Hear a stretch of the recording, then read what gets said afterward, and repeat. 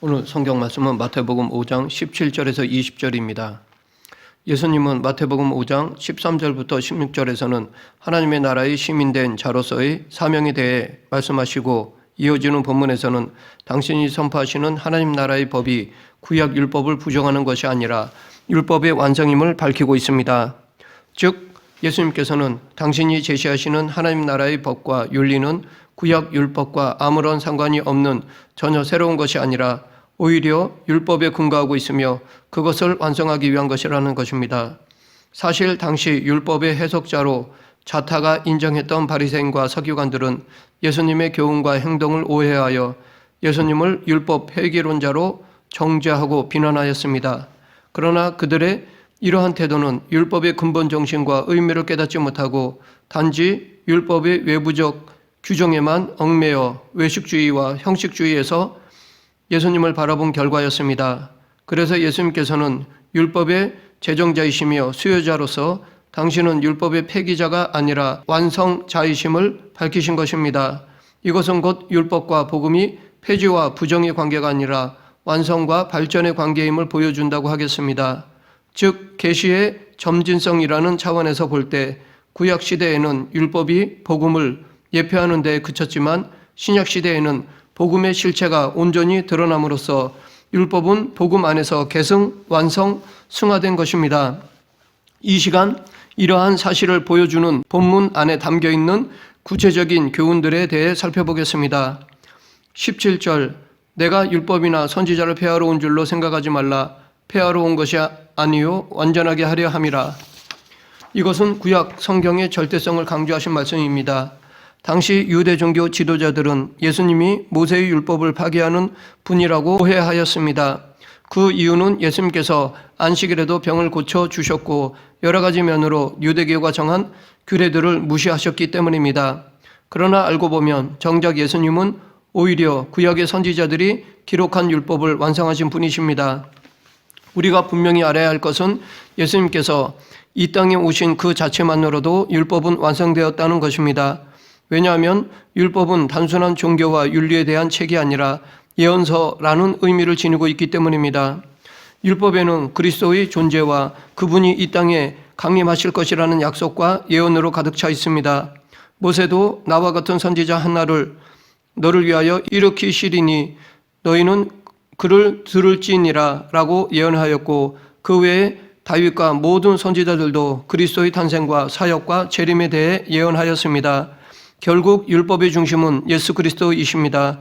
그러하기에 예수님께서도 너희가 성경에서 영생을 얻는 줄 생각하고 성경을 상고하거니와 이 성경이 곧 내게 대하여 증거하는 것이라고 밝히셨던 것입니다.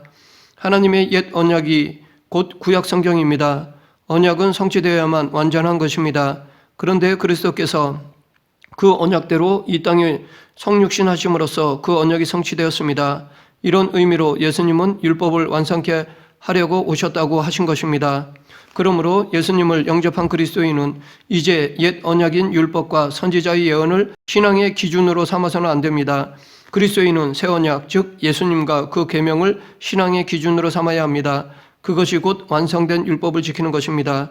예수님의 율법을 완전케 하려고 오셨다라고 하신 말씀 속에는 예수님이 이 땅에 오신 목적 중 가장 중요한 것이 하나님의 구약 말씀을 완전케 하는 것이라는 의미가 담겨 있습니다.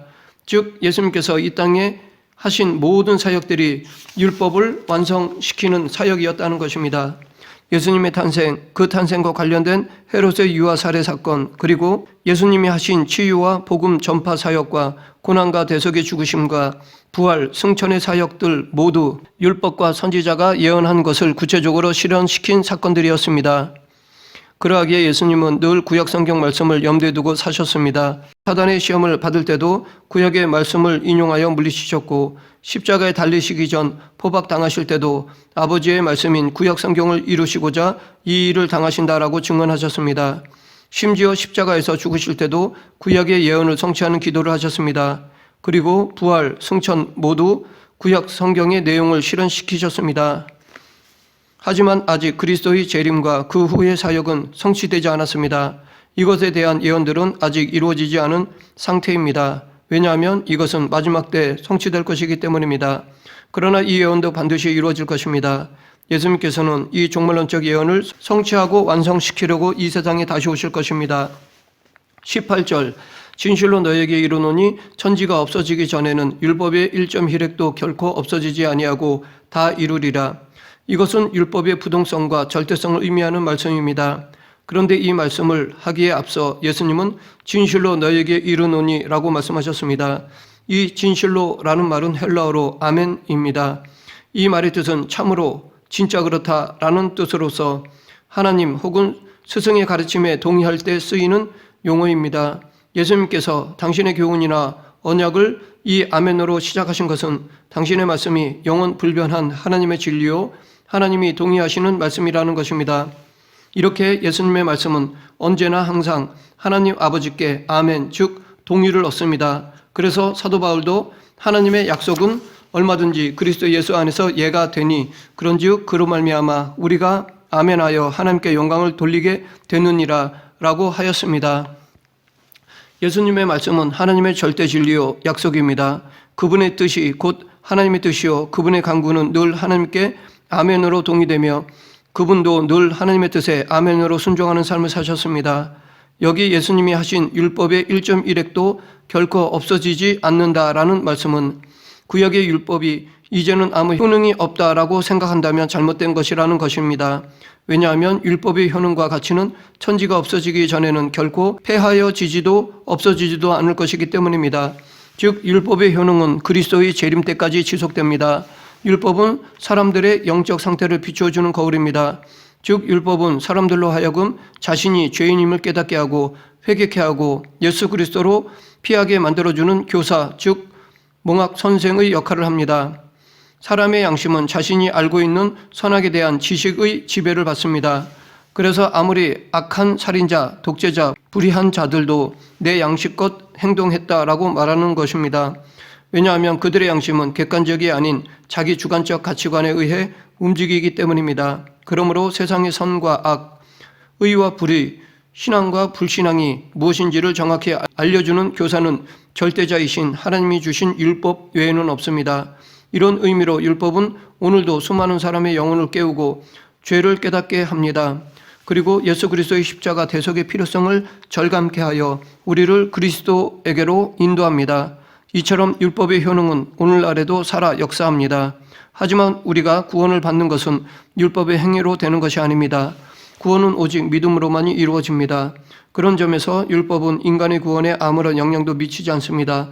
그러나 율법은 마지막 때에 믿지 않는 자들에 대한 심판의 기준이 됩니다. 즉 불신자들은 율법에 근거해 그 행위대로 심판을 받게 되는 것입니다. 율법은 예수 그리스도의 재림 후 세상에 대한 영원한 심판의 날 그 기준으로 활용될 것입니다. 이와 같은 의미에서 율법은 1.1획도 없어지거나 폐하여지지 않습니다. 다만 예수 그리스도를 섬기는 우리에게는 새롭고 온전한 뜻으로 율법이 전달되고 갱신되어 그리스도 안에서 그 참 뜻을 보여줍니다.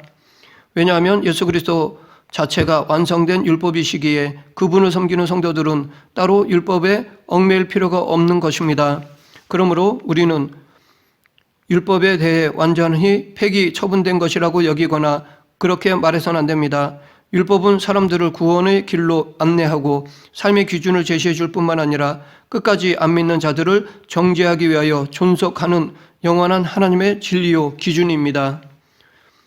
19절 그러므로 누구든지 이 계명 중에 지극히 작은 것 하나라도 버리고 또 그같이 사람을 가르치는 자는 천국에서 지극히 작다 일컬음을 받을 것이요 누구든지 이를 행하며 가르치는 자는 천국에서 크다 일컬음을 받으리라.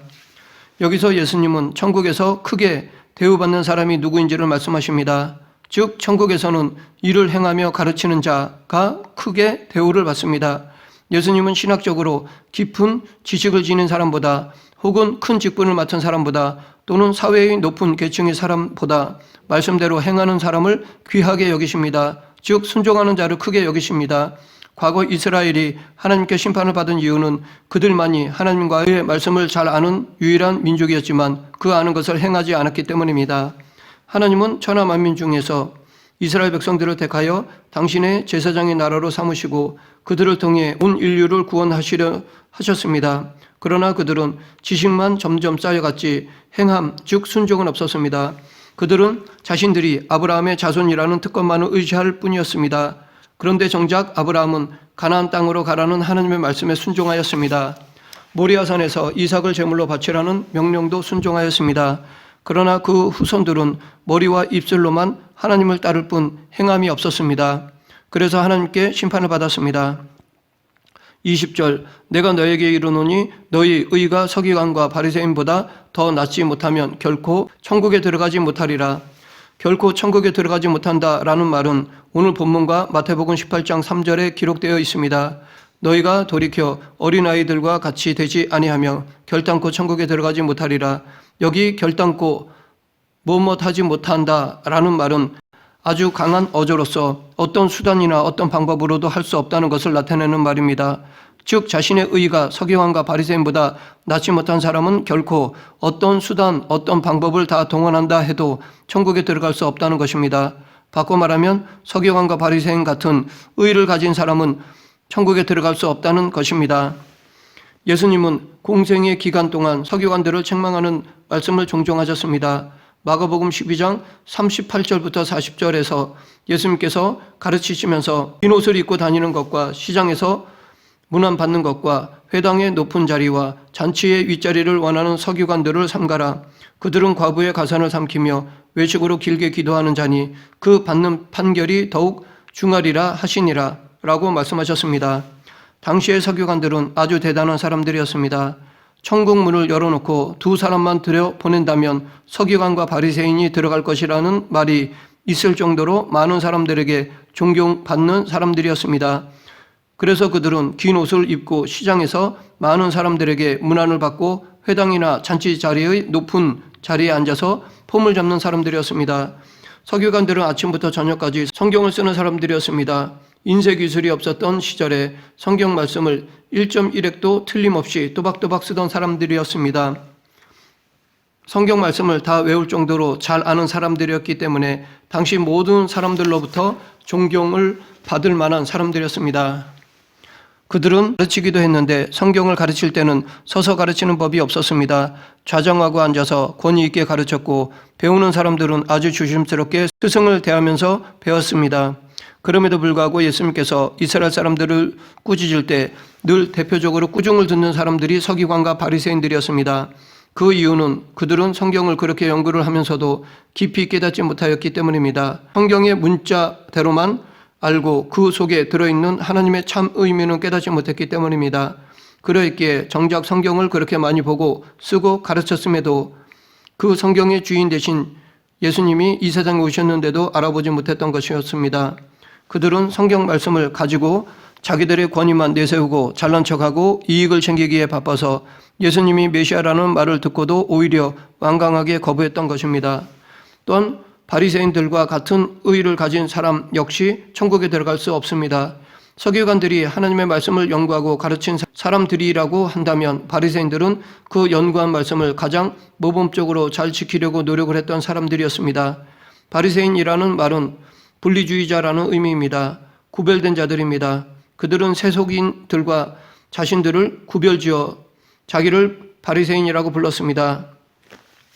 누가복음 18장에 그 대표적인 예가 나오는데 거기서 예수님은 자기를 의롭다 믿고 다른 사람을 멸시하는 자들에게 비유로 말씀하셨습니다. 바리새인들은 당당하였고 교만하였습니다. 사람들을 무시하였습니다.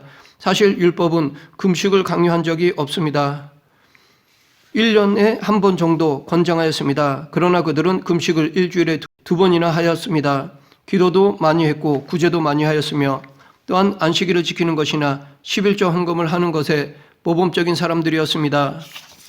그럼에도 불구하고 예수님께서 이 땅에 오셨을 때 가장 책망을 많이 받은 사람들이 바로 이 바리새인들이었습니다. 그들도 율법을 많이 알고 많이 지켰지만 율법의 참된 의미를 잘 몰랐습니다. 왜 하나님께서 율법을 제정하셨는지 어떤 마음으로 율법을 지켜야 했는지를 잘 모르는 사람들이었습니다. 그래서 그들도 서기관들처럼 율법의 완성으로 오신 예수님을 알아보지 못했고 오히려 예수님을 핍박하고 죽이려고 했던 것입니다. 이들도 율법을 지키는 것이 형식적이고 가식적이었습니다. 사람들에게 보이기 위해 자기의 의를 자랑하기 위해서 사람들 보는 데서 큰 소리로 기도하고 자기가 행한 선행을 자랑하기를 좋아했습니다. 그래서 누가복음 11장에는 예수님께서 심하게 바리새인들을 꾸짖는 말씀이 기록되어 있습니다. 바리새인들의 외식을 책망하셨습니다. 너희 바리새인은 지금 장과 대접의 것은 깨끗이 하나 너희 속에는 탐욕과 악독이 가득하도다. 그릇은 안과 박이 다 깨끗해야 하겠지만 둘 중 하나를 선택하라면 겉보다는 속을 깨끗하게 해야 할 것입니다. 그래야 그릇에 담는 음식을 먹을 수가 있습니다. 그런데 겉만 그럴듯하게 깨끗하게 하고 속은 더럽다면 음식을 담는 그릇으로서 쓸모가 없게 됩니다. 사람도 이와 같이 겉이나 속이 다 깨끗하면 좋겠지만 특별히 속 사람이 깨끗해야 합니다. 그런데 이 말을 역으로 보면 천국에 들어갈 수 있는 사람은 어떤 사람인가요? 라고 할 수 있습니다. 그러면 확실하게 천국에 들어갈 수 있는 사람은 어떤 사람인가요? 서기관들과 바리새인들이 가진 의보다 더 나은 의를 가진 사람이 천국에 들어갈 수 있습니다. 그 의가 무엇일까요? 로마서 3장에서 말하고 있습니다.